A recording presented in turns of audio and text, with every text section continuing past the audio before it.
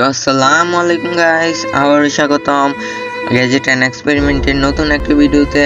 আজকে আমরা তৈরি করব রিপিটার, ওয়াইফাই রিপিটার তৈরি করার জন্য প্রথমে ওটিজি নিয়ে নেবেন। তারপর এই ফাইলটি আমার ভিডিওর ডেসক্রিপশন থেকে ডাউনলোড করে নেবেন। ডেসক্রিপশনে ফাইলটির লিংক দেওয়া থাকবে।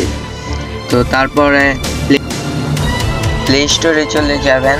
তারপরে সার্চ অপশনে ESP8266 লিখবেন। তারপর ESP8266 লোডার নামে একটি অ্যাপস আসবে, এই অ্যাপসটি ইনস্টল করে নেবেন।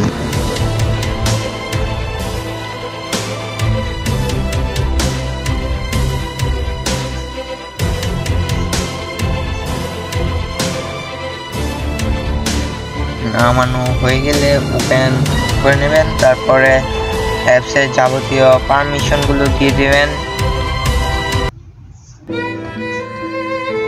পারমিশন অ্যালাউ করে দেওয়ার পর আপনারা অ্যাপসটি থেকে বেরিয়ে যাবেন। তারপরে ফাইল ম্যানেজমেন্টে প্রবেশ করবেন।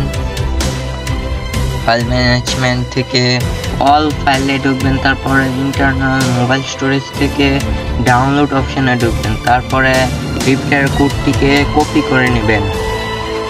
রিপিটারটি কপি করে নেওয়ার পর তারপরে ইএসপি লোডারে চলে যাবেন। তারপরে সেখান থেকে পেস্ট করে দেবেন।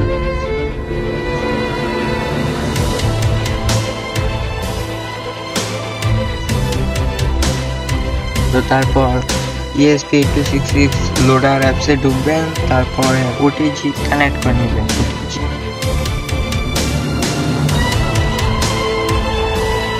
তো এখন আমরা যা যা করছি সেভাবে কন্টিনিউ করেন, তাহলেই হবে।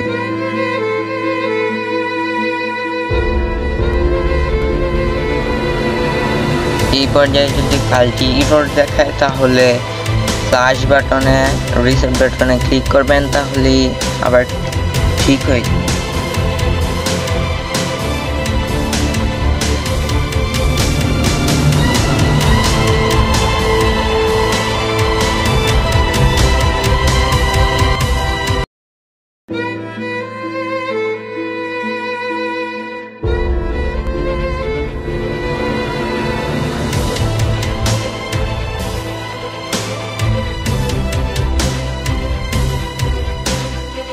কোডটি লুট করার পরে আমরা যদি নোডএমসি অন করি তাহলে নীল বাতিটি জ্বলে থাকবে।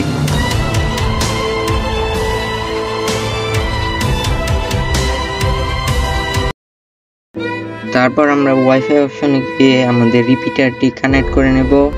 রিপিটারটি কানেক্ট করার পর ক্রোম ব্রাউজারে এসে আমরা 1.92.168.4.1 লিখে সার্চ করব। তারপরে এইরকম ওয়েবসাইট আসবে। SSID জায়গায় আপনারা যে রাউটারটি বা যে ওয়াইফাইটি কানেক্ট করতে চান তার কারেক্ট পাসওয়ার্ড দিয়ে সেভ করে বা অ্যাপ্লাই করে দিবেন।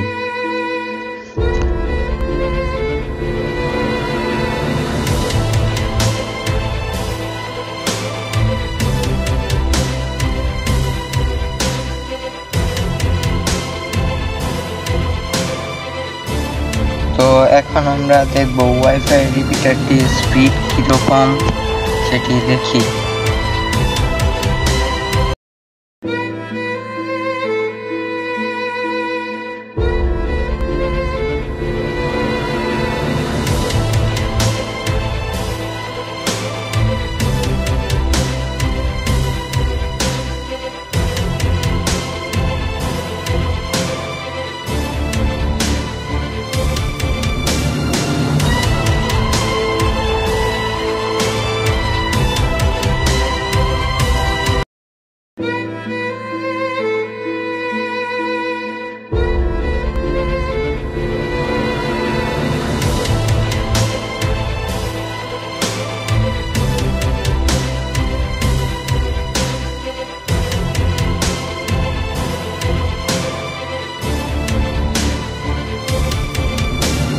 তো তোমরা যদি এই ভিডিওর প্রথম অংশে নোডএমসিউ কিভাবে ওয়াইফাই রিপিটারে যোগ্য করে তুলতে হয় সেটা না দেখো, তাহলে নিচে ডিসক্রিপশনে আমি ভিডিও লিংক দিয়ে রাখবো, তোমরা সেখান থেকে দেখে নিতে পারবে।